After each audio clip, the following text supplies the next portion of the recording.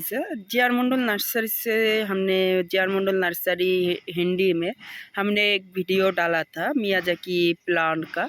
ठीक है, तो मियाजाकी प्लांट का वीडियो डाले थे हमने, तो उसका मदर प्लांट के बारे में भी हमने बोला था जे मेरा जीआर मंडल नर्सरी में मियाजाकी का मदर प्लांट अवेलेबल है और इसमें अभी तो फल लगा हुआ है। ठीक है, मियाजाकी मैंगो पकड़ के रखा है।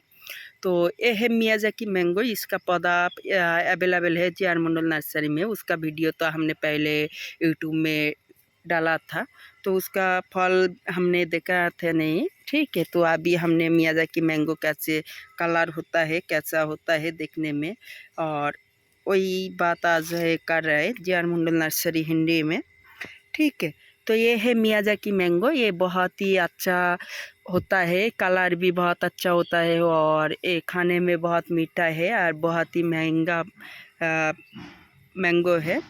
ठीक है, इसका मार्केट ज़्यादा रहता है। ठीक है, और ये पौधा ये जीआर मंडल नर्सरी से ऑल इंडिया पर डिलीवरी करता है। जीआर मंडल नर्सरी ट्रेन से, कुरियर से, होम डिलीवरी, हर तरह का सर्विस जीआर मंडल नर्सरी से होता है।